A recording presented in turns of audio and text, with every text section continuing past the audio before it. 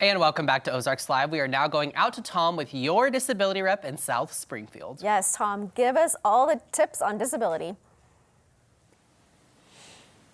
I will. Well, actually, I won't, but Roy Rickstrew will, and he is, as you said, your disability rep. Now, we've got something here. Is your disability case Shining Star or lump of coal? But before we get to that, explain to me what Disability 101 is. So we are doing Disability 101. It's a monthly workshop we're putting on here at the Resource Center. Okay. Folks come in, we do a presentation about Social Security, the differences between some of the programs, tips and tricks that you can use to try to strengthen your case, question and answer session at the end, about an hour presentation. Yeah. And we're doing RSVPs for that. It's actually next Thursday will be the next one of those. You can call the office, the QR code at the end of the presentation. Right. You can click it. There's a sign-up link attached to it. Okay. Come All see right. me. Yeah. Disability 101. All right, we'll go to this.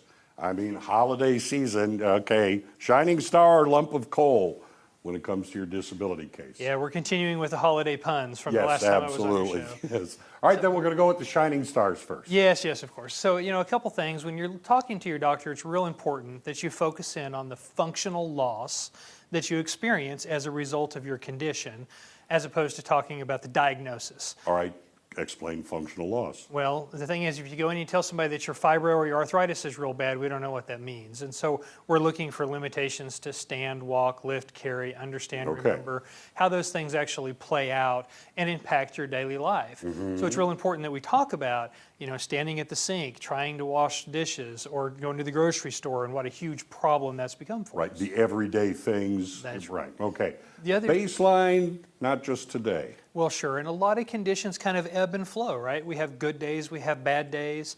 Folks that have COPD, if the weather's really humid or wet, it's going to be a bad day for them. Sure. Arthritis, cold, everyone knows the arthritic knee, flares up, those sorts of things. You don't want to talk about the highs and lows of that condition. When you visit with your doctor, you want to give them a realistic picture of the baseline, because we don't want your records to say that you came in tonight and denied all complaints that you were doing well. Right. It's more important that you lengthen that time frame, if you are doing well, to talk about what the last week or 10 days or since you've seen the doctor look like. Right. Gives us a more accurate picture of what's going on rather than that snapshot. And maybe the severity of, anything, just so you get that median line. So to Exactly, speak. exactly, because that's what we could really promise an employer and deliver on, is that median line, right? So it's real important you give those examples.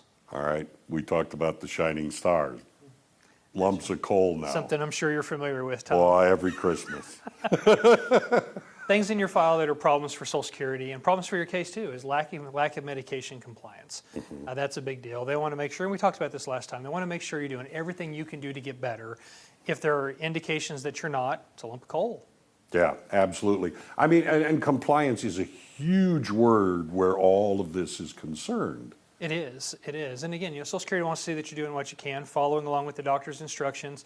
You're enlisting their help as experts. You need to follow that guidance the best that you can. Substance abuse, it's always going to be a lump of coal.